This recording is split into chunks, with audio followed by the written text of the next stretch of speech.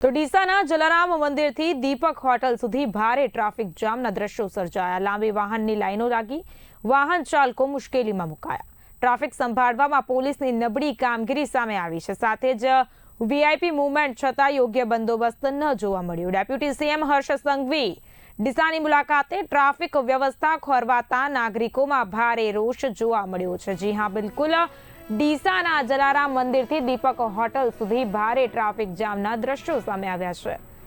લાંબી વાહનોની લાઈનોના દ્રશ્યો સ્ક્રીન પર અત્યારે જોઈ શકાય છે। વાહન ચાલકો ટ્રાફિકની સમસ્યાના કારણે મુશ્કેલીમાં મુકાયા હતા। ટ્રાફિક સંભાળવામાં પોલીસની નબળી કામગીરી જે છે તેનો જીવતો પુરાવો હાલ સામે આવ્યો છે। વીઆઈપી મૂવમેન્ટ છતાં યોગ્ય બંદોબસ્ત જાળવવામાં ન આવ્યો હતો। સાથે સાથે ડેપ્યુટી સીએમ હર્ષ સંઘવી ડીસાની મુલાકાતે હોય ત્યારે ટ્રાફિક વ્યવસ્થા ખોરવાતા નાગરિકોમાં રોષ ફાટી નીકળ્યો।